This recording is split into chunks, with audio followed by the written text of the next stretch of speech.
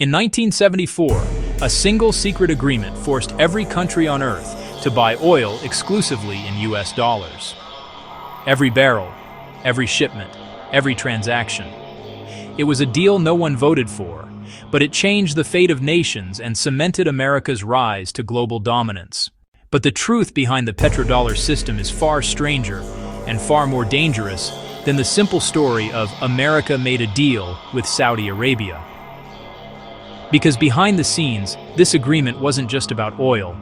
It was about survival, control, and the quiet creation of the most powerful financial weapon in modern history. To understand the petrodollar system, we must step into the turbulent world of the early 1970s. The United States had just ended the gold standard. The dollar, once backed by gold, was now floating freely for the first time. Global confidence in the U.S. currency was collapsing. Inflation was rising. Investors panicked. Foreign governments questioned whether the dollar was still stable. At the same time, another crisis was unfolding: the 1973 oil embargo. Arab nations, angered by Western support for Israel, cut oil supplies. Prices quadrupled. Gas lines stretched for miles. Factories shut down. The global economy teetered on the edge of disaster. Behind closed doors in Washington, U.S. officials feared a nightmare scenario. If oil-producing nations stopped accepting dollars, the world would abandon the U.S. currency entirely. America needed a new anchor, a new form of backing for the dollar, and fast. And so, in secret, diplomats, intelligence officers, and senior officials began designing a plan that would tie global oil to the U.S. dollar forever. The idea was simple, but dangerous.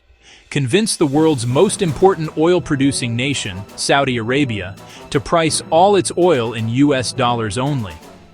But Saudi Arabia was not just any country. It was the crown jewel of energy markets, controlling vast reserves that fueled Europe, Asia, and the emerging world. Inside Saudi palaces, advisors debated intensely. Accepting dollars meant tying their fate to America. Rejecting dollars meant they could demand stronger currencies, or even create their own. U.S. negotiators saw the hesitation. The balance of global power was shifting. If Saudi Arabia broke away from the dollar, other nations would follow. The dollar would weaken. American geopolitical influence could collapse. The stakes could not have been higher. The world was watching, quietly, but no one knew the details. And then, in a series of closed-door meetings shielded from the public eye, the pieces began to fall into place. The petrodollar was born through a three-stage sequence, a geopolitical domino effect that reshaped global finance. The first moment, the secret negotiation. In 1974, top U.S. officials met privately with Saudi leaders. The proposal: Saudi Arabia would price all oil sales in US dollars, no exceptions. In return, the US would offer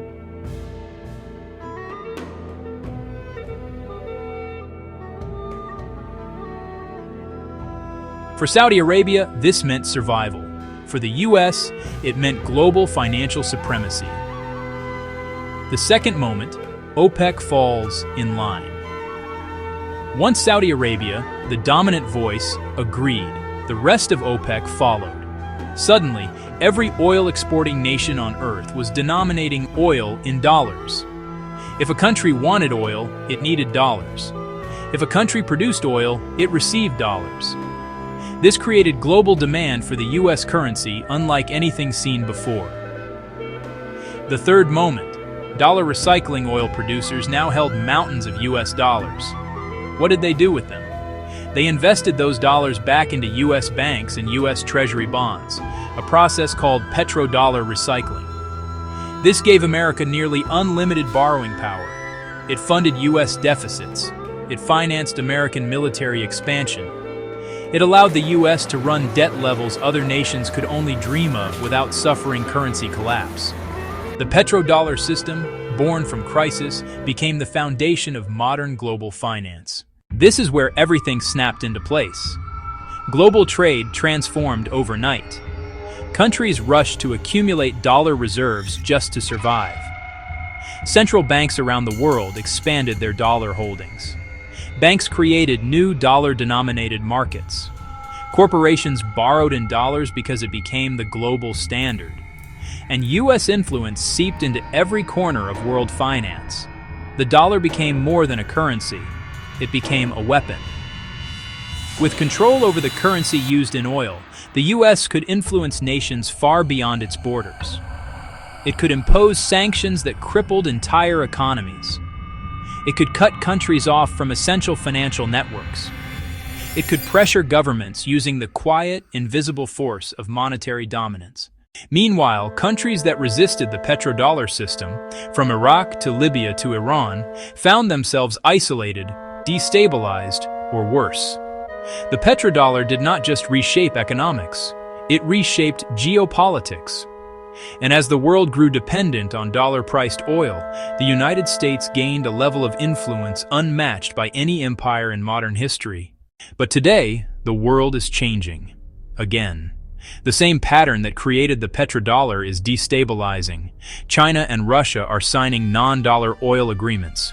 BRICS nations are building alternative currency systems. Saudi Arabia has quietly negotiated deals in yuan and local currencies. Digital currencies and blockchain-based settlement networks threaten to bypass the dollar entirely. For the first time in nearly 50 years, the petrodollar faces a real challenge. And behind closed doors, the same quiet negotiations that created the petrodollar may now be working to replace it. This is not just a financial shift. It is the beginning of a new era. One where global power may move away from the United States. But the petrodollar was not the first time secret financial decisions shaped the world. Before oil, before globalization, before the modern banking system. A single crisis in 1907 led a group of powerful bankers to meet on a private island, where they designed the institution that would control America's money for the next century. Click on the next episode. The Panic of 1907, the secret meeting that created the Federal Reserve.